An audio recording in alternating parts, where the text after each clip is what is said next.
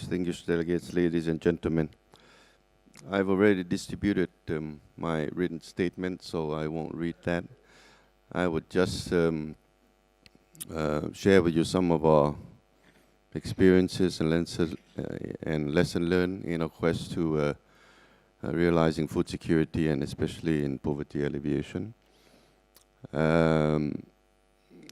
So to start with, it was a bumpy road. It still is a bumpy road. I mean, it's not easy, but there are certain things that we have to ensure in order that you know, the effort can be sustained for long.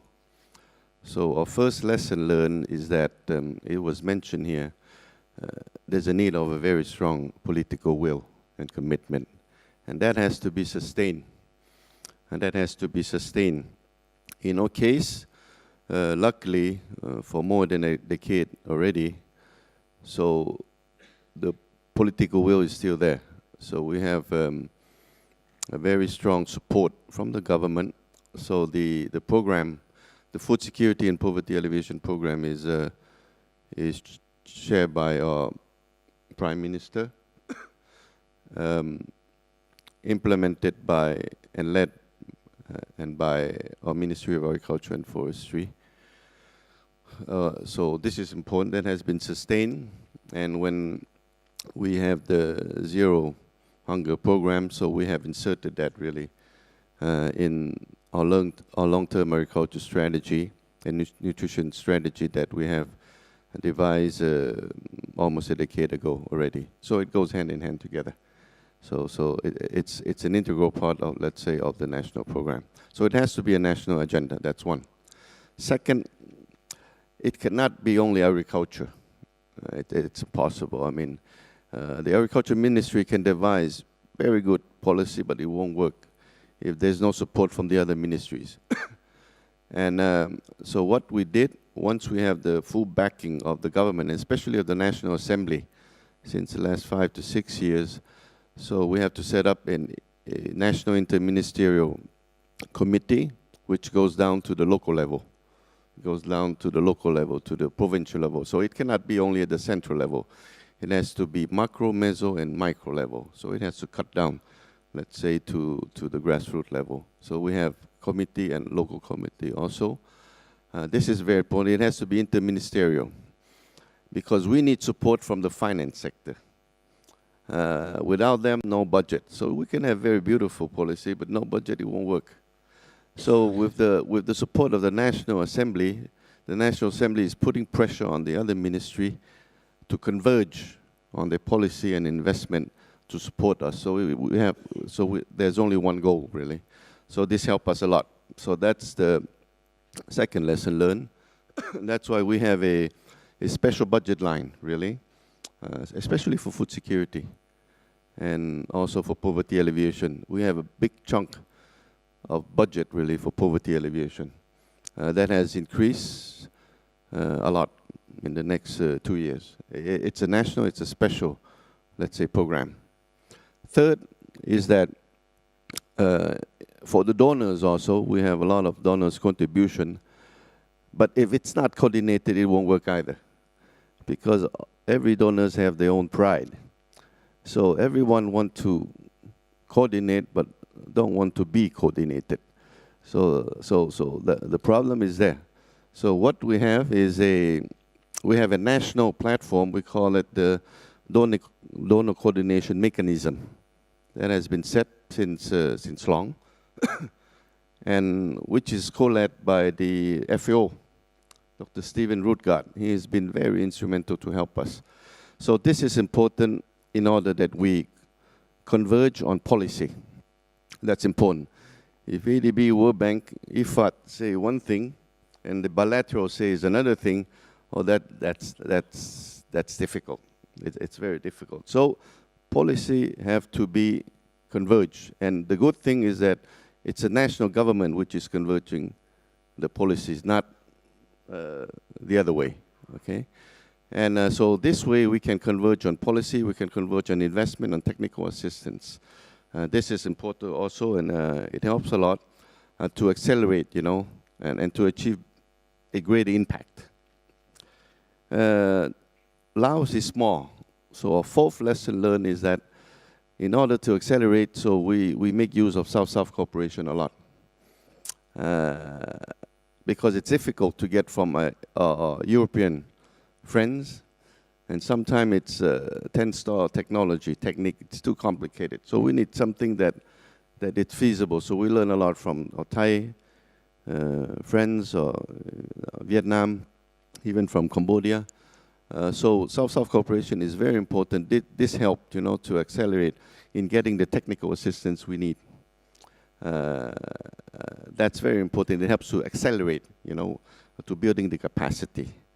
That's the fourth lesson. And fifth is that food security cannot be a standalone something. It has to go with sustainable forest management and forest resource use. It has to go hand in hand. So you cannot say just food security, so cut down all the trees and then start planting a lot of food crops. It won't work. We did that. That's why I say it's bumpy, because we did that. It doesn't work.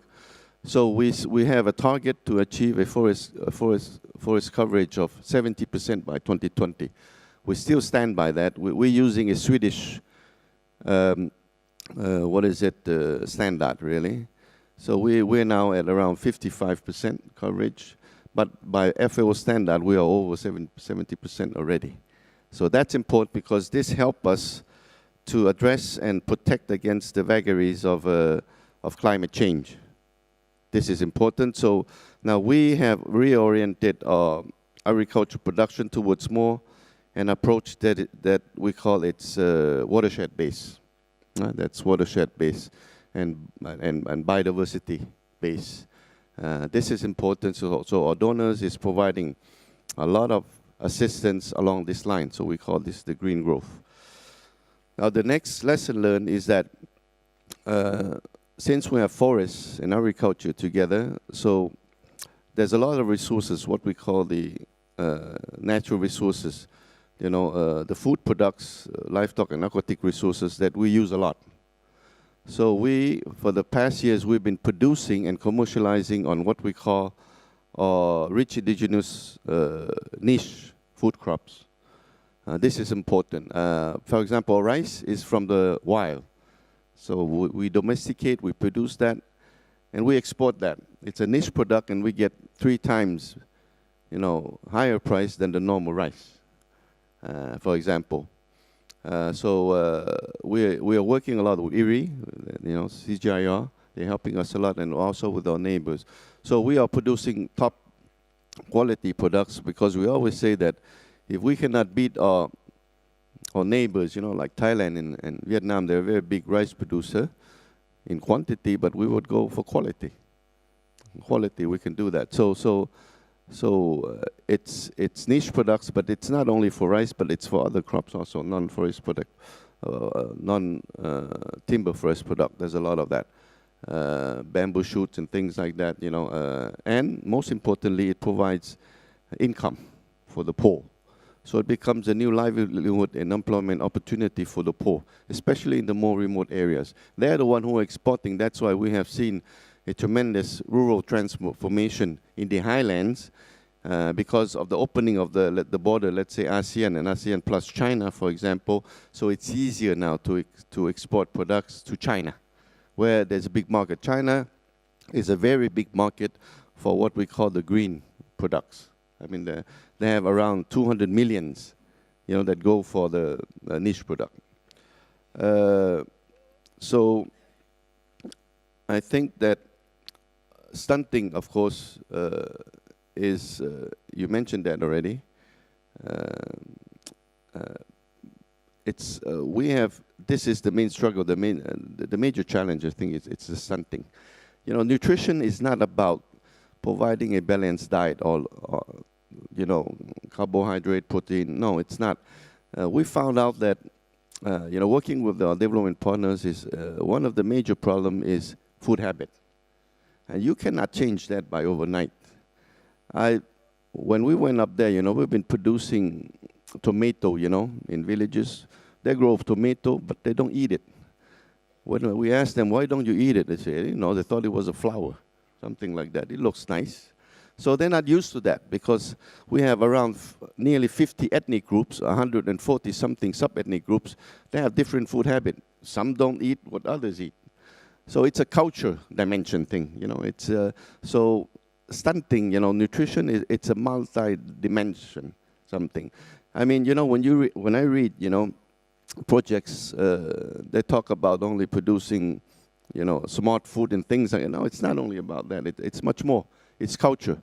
That's why we ask our Ministry of Education and Health to help us. Especially, we rely a lot on the schools, on the teacher, because they're more professional in this, you know, in how to convince. Let's say we use also the elders group a lot. We work a lot with the elders group to convince them. So we start changing food habit with the elders group at the grassroots level. So it's for then the elders groups, and they, you know, then they translate that, you know, to the others in the village. So that's where they start listening. So it's not easy. It takes time, but we are confident that with the strategy that we have laid down, the program that we have laid down, with the continued support of the government and especially of the National Assembly, and hopefully that since Stephen is leaving, you know, he just got a medal of his excellent contribution not long ago, given by the Prime Minister, because he was helping a lot in, you know, in this donor coordination group. So FAO has been very instrumental, a lot. We have received a lot of assistance, of course, from IFAD also, from the WFP and others also, in nutrition. But again, the obstacle is more on the culture thing, so we still have to devise, let's say, a strategy, you know, to address that. But with the continued support, let's say, of our government, of our National Assembly, of the donor community, of the private sector, of the NGO, civil society group, we are confident that we can be successful. But the road will still be bumpy. Thank you.